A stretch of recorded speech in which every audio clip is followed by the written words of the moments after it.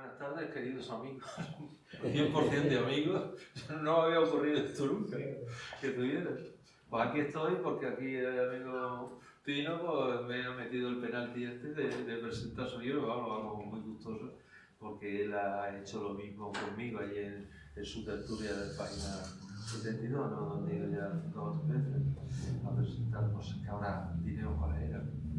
Entonces, digo que desde que en 1987 que estaba en Mérida, experimento el síndrome de la historia, que Pilar Fernández descubrió en un artículo de hace años cuando aseguró que no se puede vivir de un modo indiferente en un lugar con tanta historia como Mérida.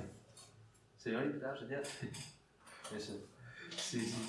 Y así lo he sentido, por ejemplo, al pasar por debajo del Arco de Trajano, ver los restos de mármol en su base y advertir que este noble material en un principio cubría todo el monumento, que acabo de pasar y acabo de ver, ¿no?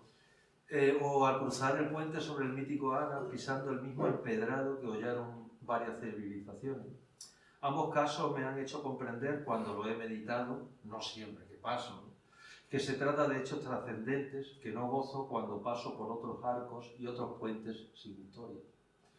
Además, una vez adaptado al discurrir cotidiano de Mérida, también he padecido el síndrome de la poesía.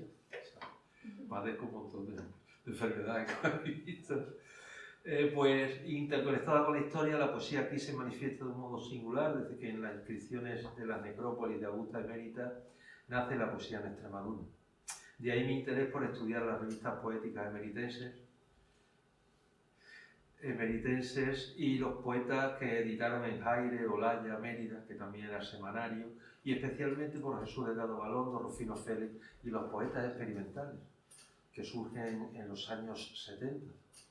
De ahí también mi interés por elaborar el itinerario poético de Mérida, el monumental, la trilogía que ya conocéis, Mérida y Augusta Emérita, con fundar la tertulia Gallos Quebran Albores junto a Eladio Méndez, que aquí está gozosamente presente, y luego, bueno, pues 2 tertulianos estupendos, Jesús Méndez y Ana Castillo, que se unieron a nosotros y le dieron un gran impulso a Gallos Quebran Albores, ¿no?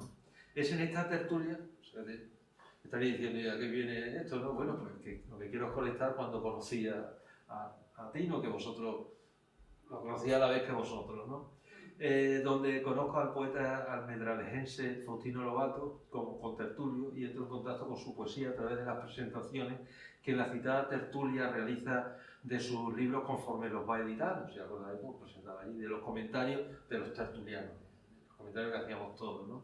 De tal manera que poco a poco y de primera mano fui adquiriendo conocimiento de su interesante y prolífica obra, ya con 15 títulos, para llegar finalmente al análisis y a la presentación de Donde el alma ignora.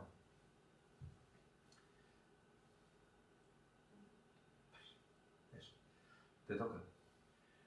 Pues el hecho de Gallos Quebran Albores para mí fue como una especie de vuelco, porque yo tan ricamente venía de Bélgica, había recibido un premio en Lanchano y otro en Montijo, y a partir de ahí fue Paco Rangel quien me habló de Gallos Quebran Albores, y justamente dije, pues sí, me embarco, pues si tengo que ir una vez al mes de Badajoz a Mérida, perfectamente. Y yo me sentí muy a gusto en Gallos Quebran Albores, cada vez que venía me sentía como en mi casa, ¿sabes? Y eso supuso para mí pues el vuelco de decir, tengo que compartir más veces con otros autores. Tal es así que con otros autores, escritores de allí para abajo, pues se funda la tertulia Página 72, un poco a la sombra de Gallos Quebran Albores. De hecho, Ana fue una de las...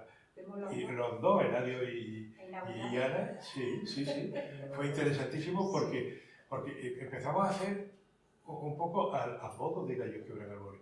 Y de hecho mantenemos una especie como de cajón desastre donde se habla de todo un poco, y al final tratamos, eso sí, la variable con Gallos Quebran Albores es que tratamos siempre algo inédito de alguno de los tertulianos, algo inédito, de tal forma que discutimos y debatimos en torno a esos textos inéditos, que después se termina editándose. Por ejemplo, este libro pasó por la tertulia y se hizo las correcciones que los tertulianos me aportaron, algunas le hice caso y otras no, y sale así, ¿sabes? Después, eso me dio también pie, por ejemplo, conocerte a ti, pues que a la tertulia pues fuerais algunos de vosotros también, ¿no? Un poco en correspondencia de decir, pues los primeros autores que han sido invitados a la tertulia de Página 72, de la que soy secretario desde que se fundó, del 2010, ¿no? No me echan ni con gasolina. Y sí, y yo quiero ir. ¿Sabes? Entonces, habéis ido vosotros y habéis enriquecido muchísimo. Bueno, vosotros en un principio, y cada autor que va enriquece muchísimo a las personas que estamos allí. Somos ahora mismo, bueno, ha habido como unos reajustes, ¿no? Al cabo de los 5 años, en el 2015 hizo un reajuste y ahora mismo pues tenemos un arco de gente joven con 20 y tantos años recién acabada la Pues eso es lo importante. Sí. La gente joven es tratamos lo mismo teatro que ensayo, que novela, que poesía. ¿Sabes? Eso es lo mejor. Y bueno, entre ellos tenemos al sobrino de Miguel Murillo, ¿sabes? Y ¿sabes? Se ha enriquecido muchísimo con gente joven. Otros ya se han ido, hemos dejado, si tuviéramos que reunir toda la gente desde el 2010, pues seríamos alrededor de 150 personas, ¿sabes? Ahora mismo somos 25, ¿sabes? Y 18 son fijos, que van todas las tertulias. Con lo cual... Seguimos, entonces. Sí. De mi lectura de los poemarios de Faustino Lobato he sacado en conclusión que su poesía es el resultado de una honda meditación, cuya expresión goza de un tono sereno, reflexivo, intelectual, filosófico e íntimo, con el que como poeta trata de ahondar en la realidad más allá de la superficie, donde, apartado del bullicio cotidiano, dialoga con su conciencia de un modo trascendente en un estado de éxtasis parecido al de los místicos. A este atractivo de la poesía de Tino Lobato se agrega su trascendente temática, que es cercana al lector, pues se conforma con los asuntos que preocupan al ser humano común, a saber, el paso del tiempo, simbolizado en la visión del agua de Heráclito, el peso de la existencia, materializado en las intranquilidades cotidianas que concibe como ruidos ambientales y mediáticos que distorsionan la realidad y no le permiten degustar la existencia, y la extinción de la conciencia cuando se hace realidad la preocupante caducidad del ser humano.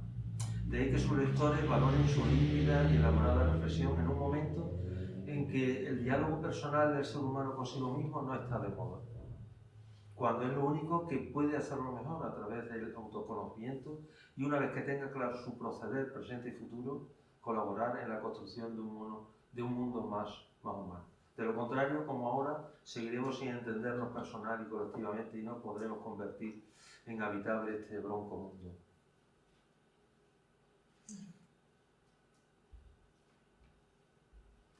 Dígame.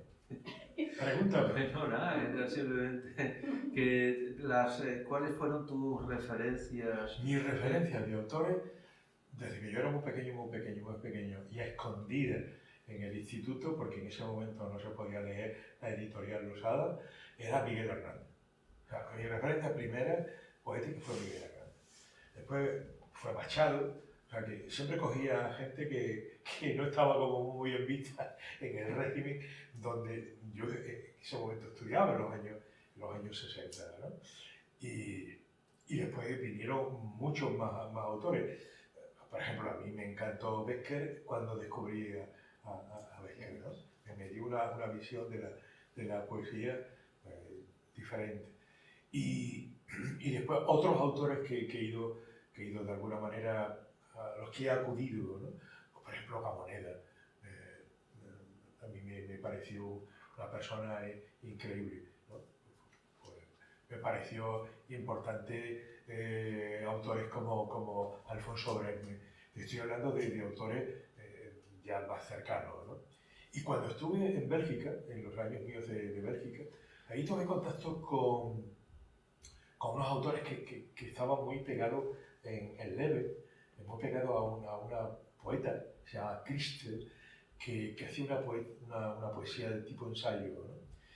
Y tuve contacto pues, con André Schmidt, con Guy, pero contacto de tener nuestras tertulias y nuestras historias cerca de la Gran Plaza, allí. Y esa poesía de ensayo fue la que de alguna manera me empujó a hacer o a descubrir otra nueva forma distinta de También descubre a los poetas portugueses, ¿no? Fundamentalmente. Andrade. Tuve la culpa, Gallos Quiebran Albores, que tuve que presentar a Eugenio de Andrade de que incluso aprendiera portugués y me embarcara en esto. Y dije, ¿por qué voy a tener no sé, que hablar o leer una traducción cuando yo puedo directamente ir a la fuente? ¿Sabes? Claro. Bueno, empiezas de todas formas con un libro, digamos, social, ¿no?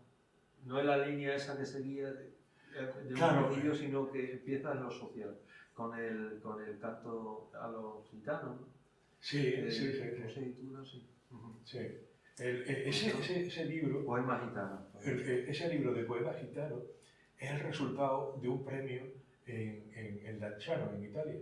Yo además lo envié como el que dice envía esto y había estado en un congreso en Montpellier y allí me dijeron, oye, ¿por esto que tienes escrito, por qué no lo envías a la parte de lengua española?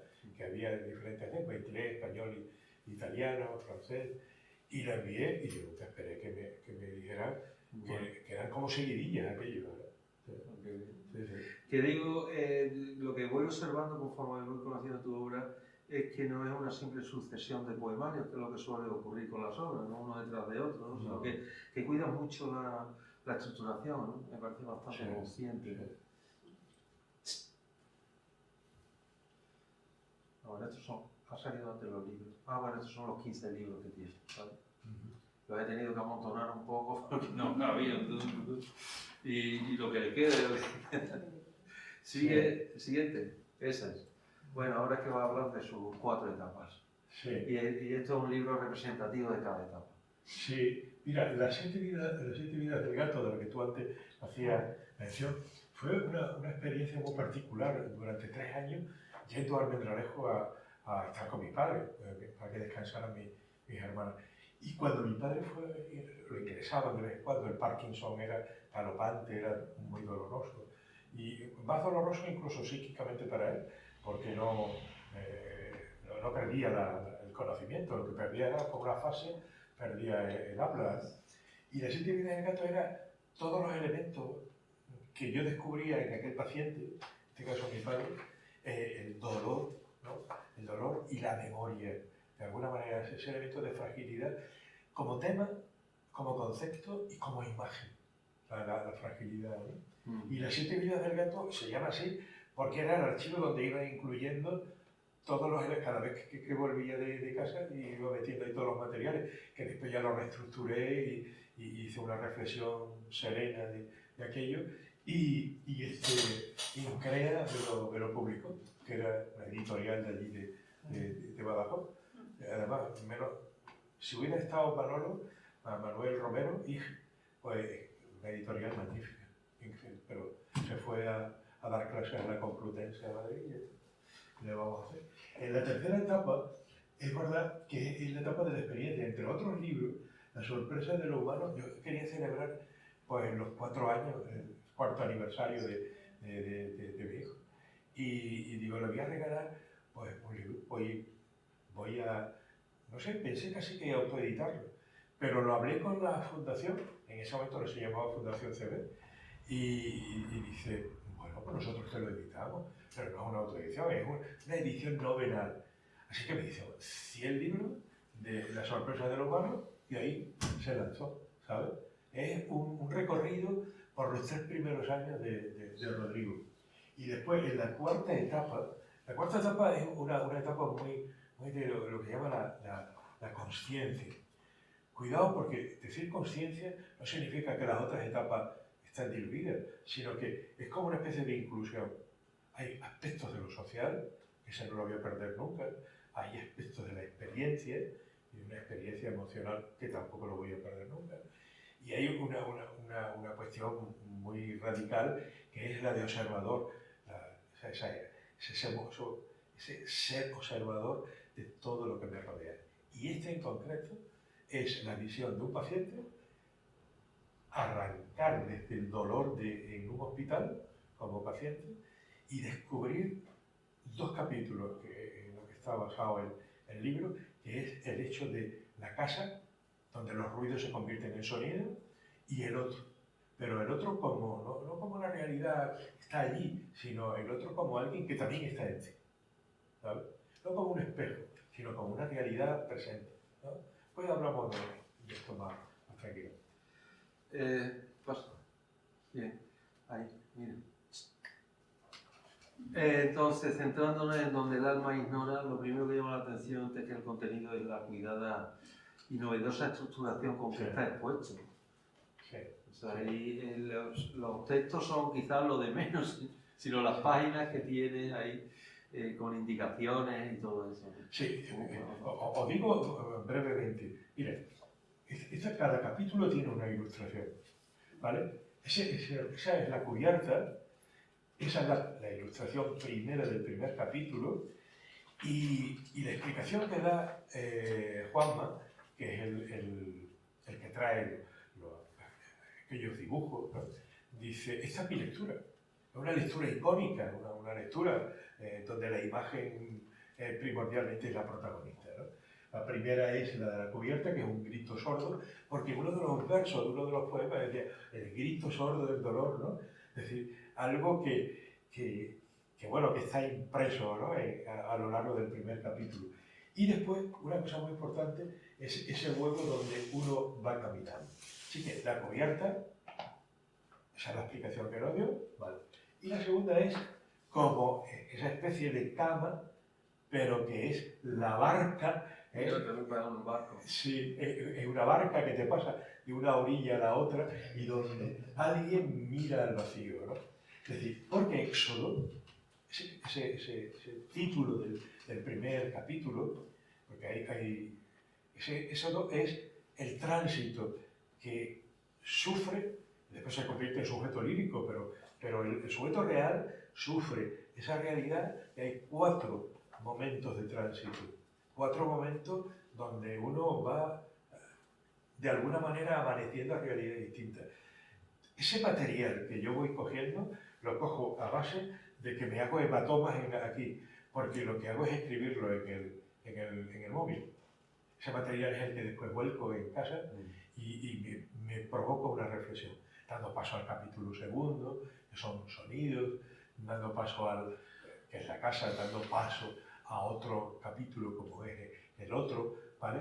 Pero que no se llama el otro, se llama temblor, es el trémore, esa especie de respeto, ¿no? Ante la otra persona que tiene enfrente, ¿no? Y siempre son 4, veréis que son, dentro de cada capítulo hay 4 momentos, porque son 4 días intensos en el hospital a punto de que me hicieran una traqueotomía y perder la voz, ¿vale? Entonces, como una epiglotitis te empuja la lengua y no puedes ni hablar ni respirar, pues imaginaros, ¿no? Esos son los... Este libro tiene una particularidad, hablo del continente, una particularidad que es nada más entrar en el libro tenéis un QR. El QR, vosotros lo pasáis con el teléfono, inmediatamente aparece todo el poema recitado, todo el libro, y además interactivo. Por cierto, algunos versos te equivocas. No, lo que pasa es que he imaginado que es que se grabó primero, claro, y luego y después hice correcciones. Y esas correcciones ya no pasaron. Claro. Pero... Yo me he dado cuenta, digo, Jolín, algunas veces, porque sí. Lo he leído, luego lo he escuchado, y luego a releer. Sí, y a veces había algunos versos que no coincidían. Bueno, leemos el problema, el 4, ¿no? Sí, pero déjame que diga una cosa en torno. Cada capítulo que vais a encontrar ahí, Éxodo, sonido, temblor, las introducciones en el QR son con música, y la música es de David Clavijo. David Clavijo es un músico que es curso muy largo, el conocimiento que tengo de él, resulta que se hace amigo mío porque le presento un libro y le hago una reseña del libro.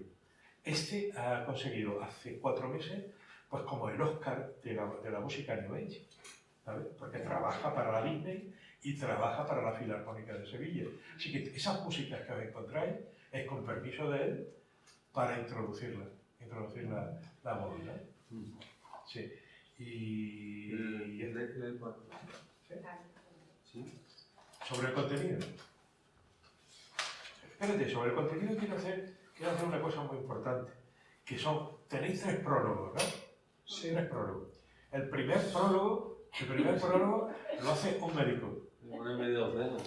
Claro, el primer prólogo lo hace un médico. Y el médico es Fernando Jaén, que yo se lo mando para que lo lea, sencillamente. Y me dice, en una guardia me lo he leído, el borrador, dice, y me encantaría prologártelo. Digo, pues tú mismo, ¿sabes? El segundo prólogo es un amigo mío, escritor de Mallorca, y que me hace una cosa preciosa, y digo, tú como paciente, dice, es que he vivido ese primer capítulo, lo he vivido.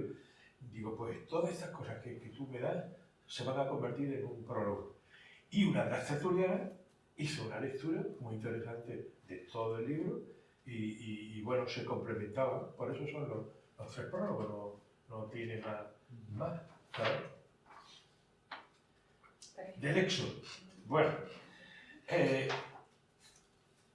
aquí nuestro amigo me va trazando un primer poema, que es el poema 4, para de alguna manera, bueno, como mejor adivináis, como mejor leéis o apreciáis los capítulos, son las introducciones de prosa que tiene cada uno de ellos, ¿vale? Esta introducción. Pero este en concreto es muy significativo, el 4, que dice, cada vez más frágil, el espíritu calla desierto, esta fragilidad del campo de batalla, lo que no acepto y disuelve mi nombre, la finitud que rompe su oleaje en el ritmo de lo humano, cada vez más frágil en esta espera sin compás que desnuda mi alma, fragilidad de esta carne que muda el canto y moldea la frontera de este cuerpo hecho agua, cada vez más frágil, sin palabras, ante el misterio que me circunda. Se lo dedico a Plácido, que es uno de los tertulianos que vosotros conocéis, ¿no? Y aquí hay un guiño al nombre secreto del agua, que es uno de los poemarios. En todos mis poemarios siempre habrá un guiño a otros libros anteriores. Y aquí, ¿no es? La frontera de este cuerpo hecho agua. Es un verso del nombre secreto del agua.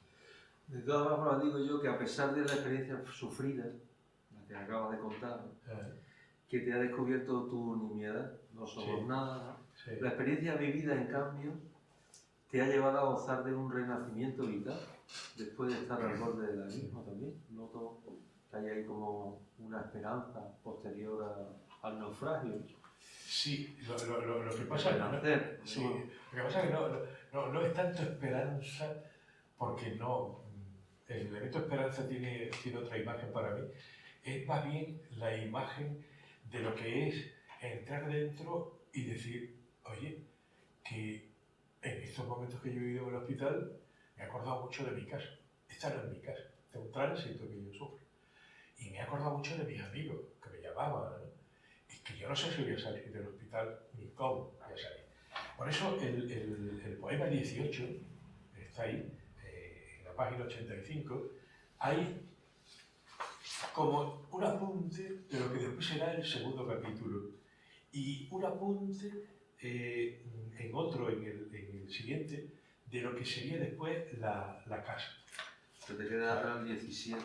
Sí, el 17. Empiezo por el 17. Y ahí os digo un poquito. El 17 y 17. Los ecos del pasillo se fusionan con los rumores mínimos de la habitación. Tengo el pensamiento en Ítaca. En este páramo extraño, el pesar resbala suave por el borde de la cama. Las voces se multiplican, un coro de luces despeja la sombra. Los vencejos vuelven a chillar con pausas. El espíritu desea escapar a casa. Las ausencias tienen sabor a llanto. Deseo abrazar a mi hijo. La carne reclama la sinfonía del tacto. Solo la voz de los que quiero me alimenta en esta burbuja de lo agridulce. Los vencejos siguen con sus chillidos. Duele este vivir de chirridos que arañan las paredes, de voces anónimas que se pegan a la piel. Los otros comienzan a ser parte de mí, seres desconocidos, ahora cercanos.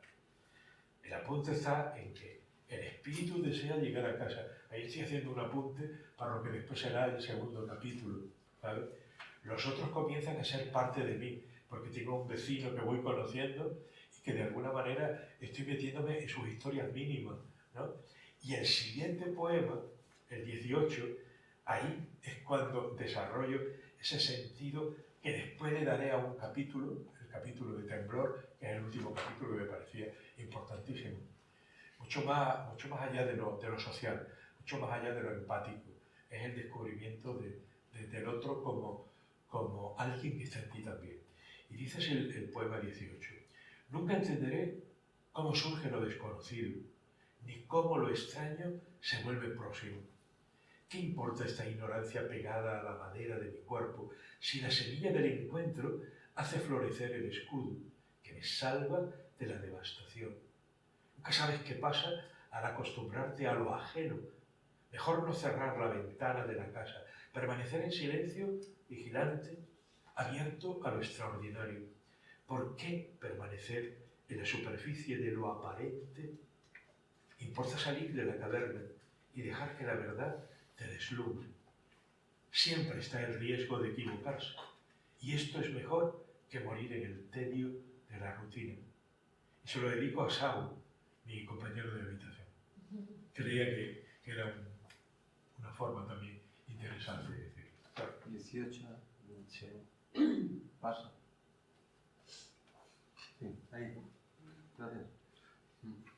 Luego pasamos. Bien, entonces, ahora, ¿es ya la segunda parte? Sí, en el capítulo 2, antes habéis dicho que era una manera de desarrollar ese sentido de la casa.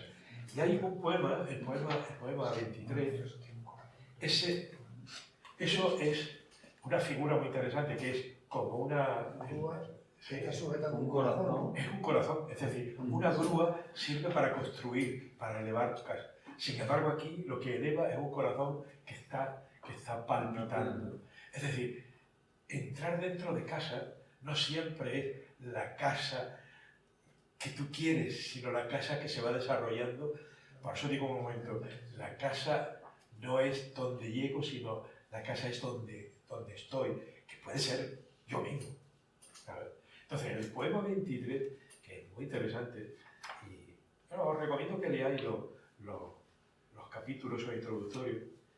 El poema 23 dice: en este habitáculo siempre nuevo de la casa, los silencios se diluyen en la mirada de los otros. Los buenos días preparan el ritual del momento. Una brisa suave recorre los rincones. Estoy en casa. Puertas que se abren, voces que se alejan. Tiemblo en el hueco de mi alma. Estoy en este círculo que arde con las caricias cercanas. Nada sucede al azar.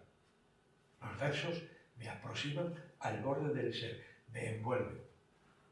Se lo dedico a mi mujer, porque creo que ahí donde está la casa está también mi mujer, ¿no? Y me parecía importante en este desarrollo de este capítulo, en un momento en que la cortisona se me va bajando, de pronto siento como el síndrome del drogadicto. Es decir, una agonía increíble, es decir, aquello me venía encima. Este poema sale de 4 cosas que escribo porque estaba con una desazón. Me dijeron en el centro de salud, es que la cortisona, que te has metido un chuto durante 4 días, 24 horas sobre 24 horas, ahora hasta despejarla, estabas viviendo como muy feliz, te quita todo el dolor, ¿no? Y sale este poema. Entonces estoy diciendo, hoy siento mi casa llena de nublados, de vacíos. Surgen voces de escondrijos extraños que se abaten sobre mi pensamiento. Me precipito en un abismo de emociones. ¿Cómo salir de este andén vacío? Hoy no quiero escuchar el reclamo de los otros. Todo está lejos, Todos están lejos. La apatía asoma en esta casa. La fragilidad desnuda las heridas. ¿Cómo abandonar este pecio a la deriva? Hoy la casa está con las ventanas abiertas, deambulo sin fuerzas en esta derrota de la carne. Nada me consuela. El absurdo se adueña de mí. No sé dónde agarrarme. Cómo mantener el equilibrio de saber. Y se lo dedico al que inventó la cortisona, se lo dedico a Kendall, ¿no? Le digo, me cura, pero al mismo tiempo me pone enfermo, ¿no? Eso me parecía... ¿Por qué se lo dedica entonces? Se lo dedico precisamente porque me está haciendo descubrir que la fragilidad es algo que está permanentemente. Uno no puede decir, ya estoy curado, porque en esa curación también está la fragilidad, ¿sabes? De todas formas, la cortisona en la dosis adecuada también salva, ¿no? Sí, claro, precisamente por eso. El final de este capítulo tiene un poema que no iba a estar, pero está, que es el poema 36. Mis hermanos me llaman y me dicen que la casa que hemos vendido en el pueblo, pues que se va a derribar y que si paso alguna vez por el pueblo, pues si paso por la calle me voy a encontrar que no está la casa de mis padres, ¿no? Y entonces, bueno, pues hago este poema que se lo dedico a mis hermanos, ¿no? Eso es, la llamada telefónica es la que está exclusiva. Hoy me han dicho que la casa de mis padres, donde crecí, servirá para el derribo. La casa de mis padres todavía huele a pan y a sonrisa, a llanto contenido, a esperanza, a mirada y a silencio. ¿Quién sofocará ese olor? La casa de mis padres está cerrada, pero no vacía, de amores vividos, de abrazos y sencillas palabras. ¿Cómo apagar tanto fuego? La casa de mis padres tiene la sombra de la pérdida y la alegría del encuentro, la sentencia del estorbo, el peso del desahucio, los días contados para el derribo. ¿Quién levantará la pala del arrastre? La casa de mis padres, desde donde miraba la lluvia del otoño y sentía el vértigo de la gente, su indiscreto hablar transeúnte. ¿Cómo acallar el recuerdo? La casa de mis padres, el espacio donde escribí las 7 vidas del gato y soñé futuros inciertos, refugio de males. ¿Quién borrará la huella del verso? La casa de mis padres es un poema, unos versos que amortiguan la tristeza de saberme morir y viviendo. La casa de mis padres. Se lo dedico a mi hermano, por supuesto, ¿no? Y cierra, ahí cierra todo ese capítulo, me parecía que... Sí, me parecía importante.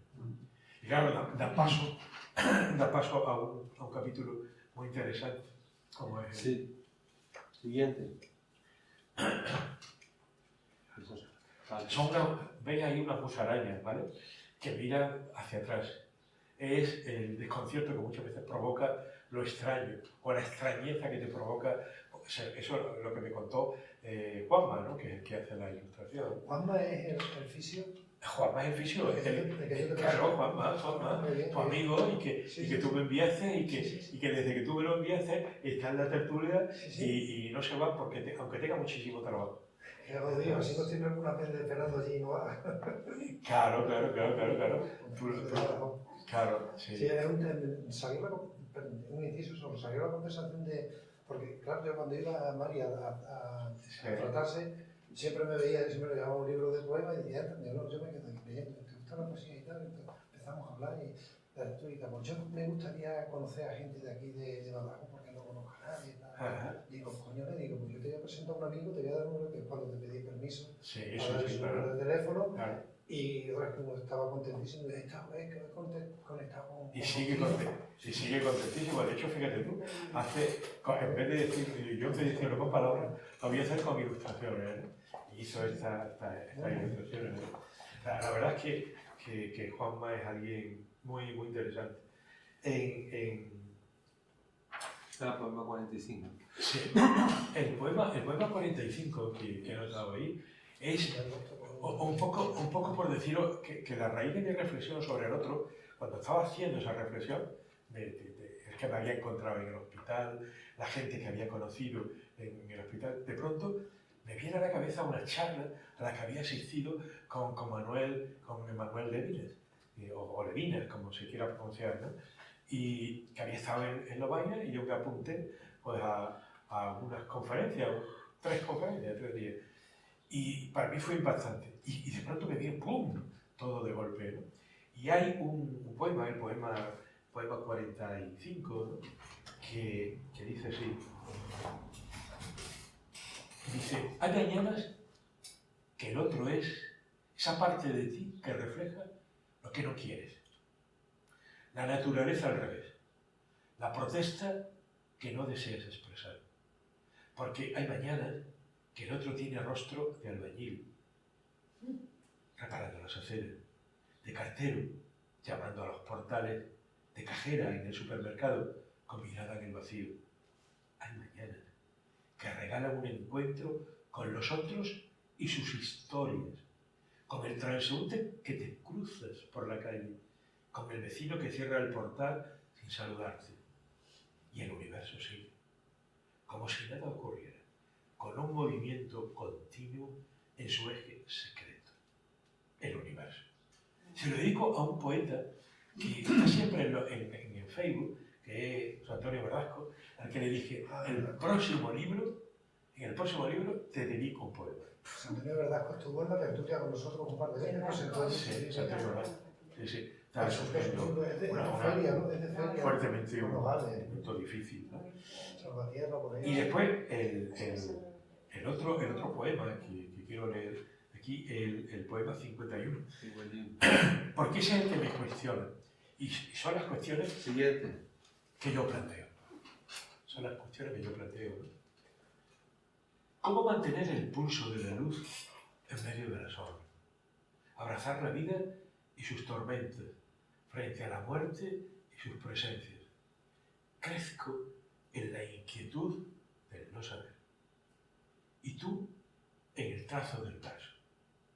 ¿Cómo sofocar el recelo ante la duda si la confusión tiene el rostro de Adán? Apartar el lado de la sinrazón si la locura es parte del sistema. Salir de este barrizal del diario cuando duele tocar fondo. Y tú en el dibujo horizontal de la tarde. ¿Cómo acoger al enemigo sin remover las vísceras más profundas? Rechazar el vacío de una sonrisa, la torpeza de unas miradas. El odio es la estupidez del animal herido. La mentira no vuelve. Y tú en el silencio de las horas. ¿Cómo soportar mi propia humanidad si el verso huye, si me empeño en comprender el fuego del enigma y abandono mi alma al capricho del destino? Y se lo dedico a Emanuel Levinas, porque es una reflexión en torno a esa filosofía suya, que es la ética del otro. Es un judío, Levinas es un judío, pero que mira al otro como una realidad que te hace arrancar de ti ese otro que se refleja también en el que tienes enfrente. Y que más de dos tendríamos que hacer eso para que nuestras relaciones sociales, aunque no fueran empáticas, fueran relaciones sociales equilibradas, tranquilas, serenas, sin batalla, sin la compulsión del ataque. ¿No? Muy bien, ya hemos terminado, ¿no? Sí. Digo yo, pues nada. Hay un poema que es en la página 63, creo que es el número 11, que me encanta. ¿Puedo leer? Sí. Poema número 11 es que tiene mucha angustia. Ha escogido bien esa historia.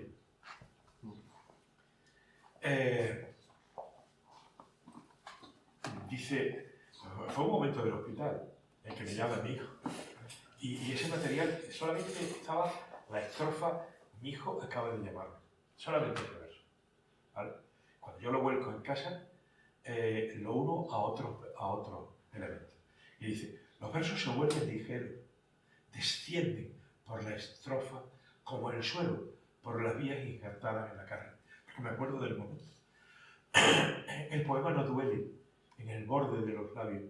Los versos calman los ruidos en la esquina de mis ojos, anegados de lágrimas artificiales. Se me secaban los ojos, tenían que poner lágrimas artificiales. Mi hijo acaba de llamarme.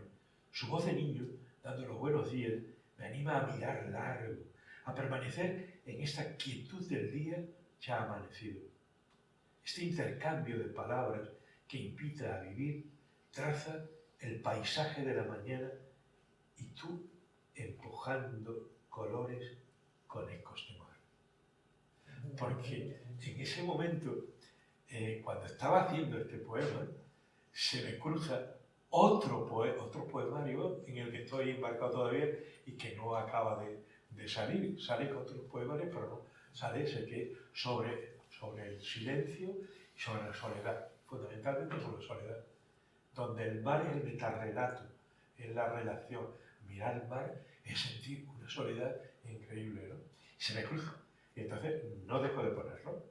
Pero describo un poco, bueno, más que describir, es como una especie de metapoesía a la hora de decir cómo descienden los versos. Los versos descienden de esa manera indolora, fuerte, que te empujan si no los escribes. Es una situación muy concreta, es decir, un momento muy concreto. Justamente el segundo día de estar allí, que Rodrigo me llama a darme los buenos días, porque le dije, Gemma, por lo menos buenos días, pues estoy pasando la fatal, ¿no? Y me ponía peor. Y después hay una cosa que yo quiero comentar, porque estamos entre poetas, que es lo que aquí he construido, una cosa que se llama el verso y seguido. En vez del punto y seguido, el verso y seguido. Veréis que a lo largo de todo, el último verso de un poema es el inicio del verso seguido. ¿Sabes? Y voy enganchando. Sí, esto ya lo has hecho en otros libros. En otros libros. Pero aquí quise hacerlo de una manera mucho más... Porque decía, es verdad que este final, pero punto y seguido.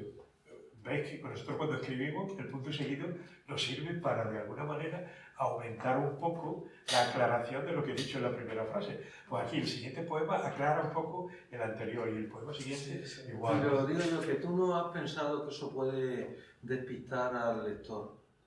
No. La primera impresión, cuando coges el libro empieza a decir, pero esto No. Tú lo ves muy claro, pero claro, el lector también hay que... Pero no, yo lo digo ahora después de la estructura. De hecho, uno de los que lo descubrió fue Basilio Sánchez.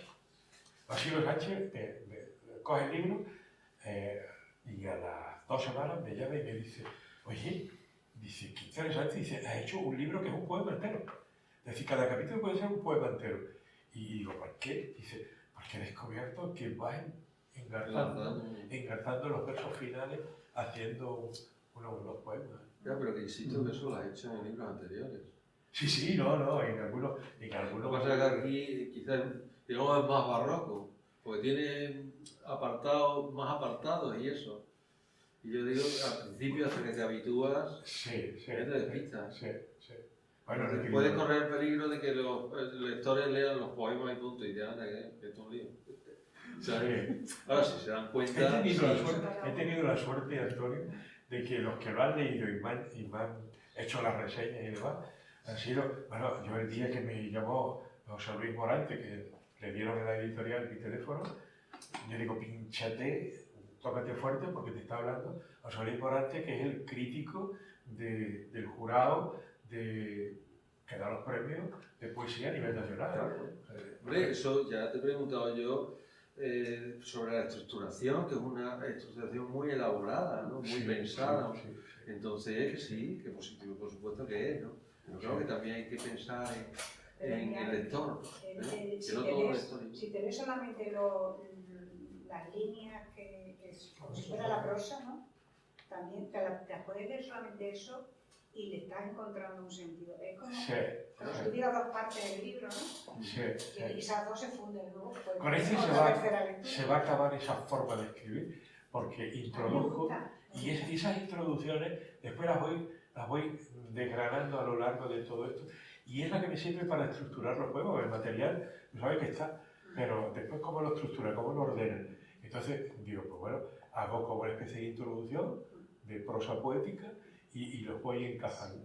Y así, bueno, es un encaje de bolillo. Al final termina... Sí, le da un sentido, va coordinando Claro. todo. Una vez que lo descubres, está estupendo. Lo que dices te da poco. Bueno, pero cuando Porque lo digo, Pero de esta forma, cuando descubres un libro, sobre todo de poesía, y la primera vez no lo entiendes, vuelve, ¿no? Dice, ¿qué ha querido decir este aquí? Párate. Y le No, das, ya, se sí, cuenta. pero, No al argentino, sino a todos. Sí, sí. Sí, el verso que está al principio de todo, que da título. Yo los títulos no los hago hasta que ya no tengo más o menos confeccionado el que es donde aparece que cuando el dolor llega en la página 29. Cuando el dolor llega, sorprende. Asalta por los rincones de la debilidad. Ahí, donde el alma ignora el riesgo de amar. Lo escribí. Si yo cierro todo esto, ¿cómo lo expresaría? Y lo expresé con esos versos. Y dije, donde el alma ignora. ¿Y qué es lo que el alma ignora?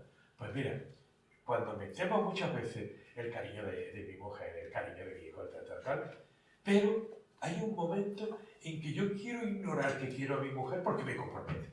Quiero ignorar que quiero a mi hijo porque me compromete y me saca muchas veces a poner lo mejor de mí y no lo rebelde de mí, ¿no? Es decir, lo que guardamos dentro de nosotros, lo que queremos ignorar, pero no, hija, no. Tú has vivido esto, tú te comprometes y sigue con el compromiso. Ahí está el sentido de esto, ¿no? Es decir, descubrir a partir de una situación traumática que la vida está también fuera de ti y dentro de ti. Así, en un feedback. Muchísimas gracias. Enhorabuena. Se lo han perdido, pero... Se lo han perdido. Muchísimas gracias. Es que Muchísimas gracias por son así. por esta De todos invitación. modos, les vamos a invitar a que bichen la grabación. Esto que has dicho del QR me parece muy interesante y todavía Sí. le daremos un poco de bola, como se Sí, dice. claro que sí. Porque es muy interesante, pues están los libros aquí, cualquiera puede venir, acercarse y le hacemos, Claro. le hacemos Claro. el artículo, le hacemos el Y artículo. puede que en algún momento determinado pues, podamos hacer un coloquio y le invitamos a que vuelva. Sí, o- hombre, Sí, tenemos sí, muchas problema. actividades que son abiertas y, Sí, sí. y moldeables para que Con participéis. mucha gente, sí, sí. Y- Hombre, sí, yo vengo, porque Badajoz está a 40 minutos, bueno, un poquito más, porque la salida de Badajoz son horrorosas. La entrada y la entrada. Sí, la entrada. Que hay que tenerlo. Pero vosotros me invitáis, yo vengo encantado. Hablamos sobre el libro, es decir, en plan tertulias. Sí, se puede hacer una cosa de esas. ¿no? Sí. Sí. Elegir varios libros que se hayan... Vosotros que tenéis más amplitud de miras podéis seleccionar a compañeros, Claro, libros sí. y hacer una sesión en la Lo que, vamos a- ya lo que decías, ¿no? De un poco de tertulia poética también, de intercambiar y Claro. de compartir, porque tiene mucha chicha. Oye, que se subir aquí. Habéis leído cuatro cositas y tal, pero hombre, está muy interesante desgranar de dónde ha salido.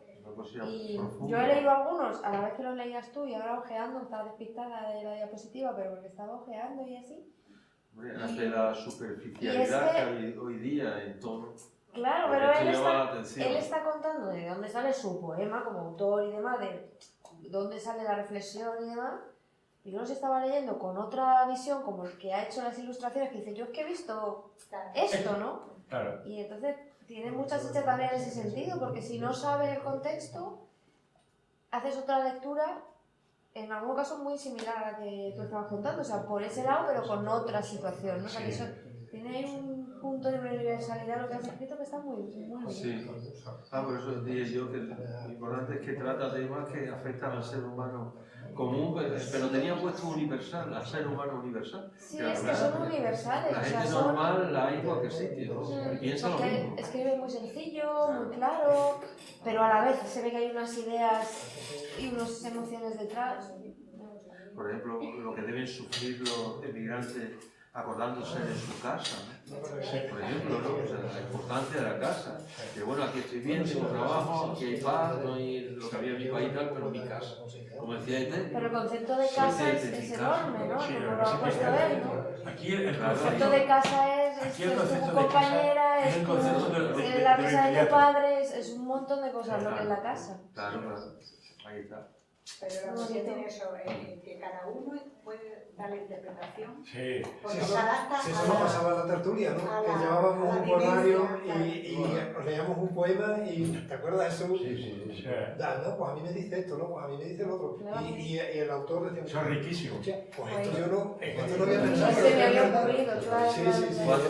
¿Cuántas horas pasamos agradablemente dándole vueltas a Una cosas verdadera maravilla. interesantes? Lástima que las cosas, No lo igual que empiezan, se suficiente que hay terminan. ahora Exactamente, sí, fue Ahora una época todo muy interesante. no tiene... Pero ahora vivimos la inmediatez y la tenemos ahí a la mano. Me ha llamado la atención que decía, ahora escribo en el móvil y está Sí, escribiendo. y me Digo, reñía. ¿cómo y me es esa reñía- transición Y me reñía la enfermera porque que te sigues estás sacando un libro en estás papel, pero tú haciendo- lo escribes estás- en el Pero móvil? yo no pensaba escribir un libro, ¿eh?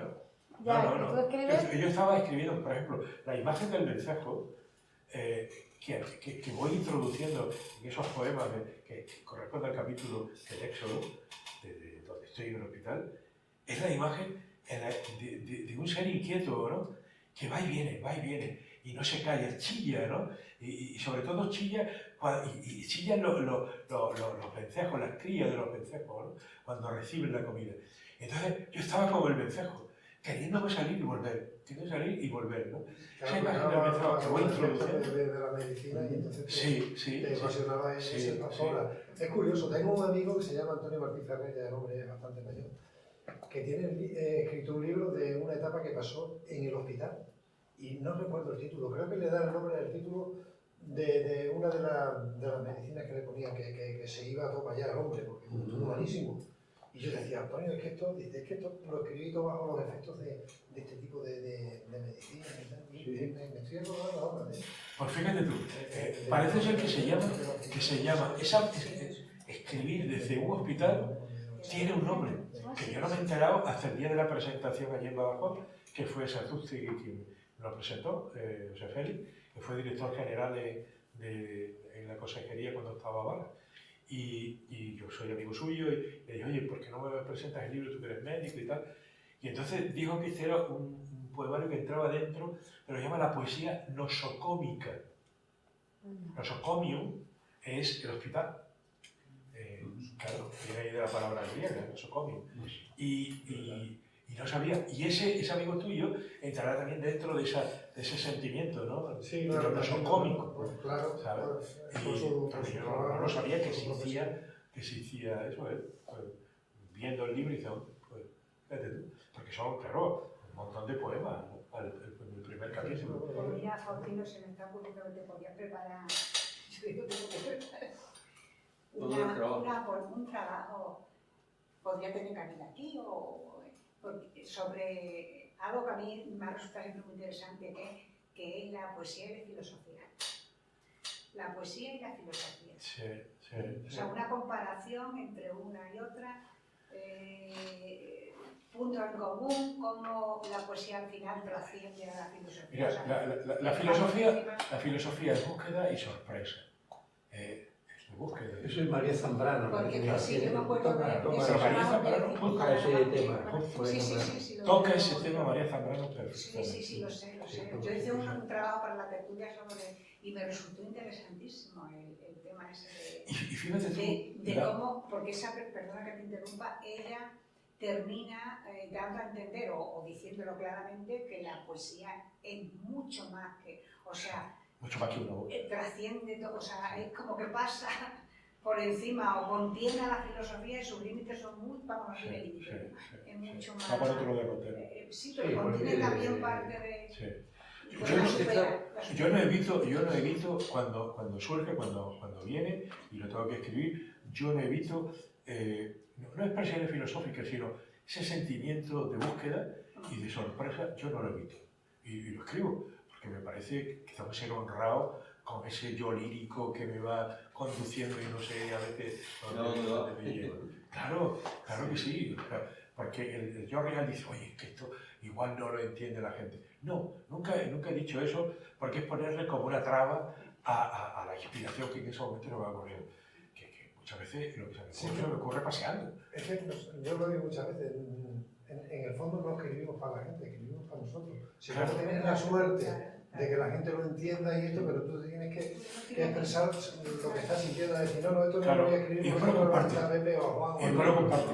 Claro, y lo Tienes que hacerlo, comparto. Y algo, que luego vienen lo que hemos comentado, ¿no?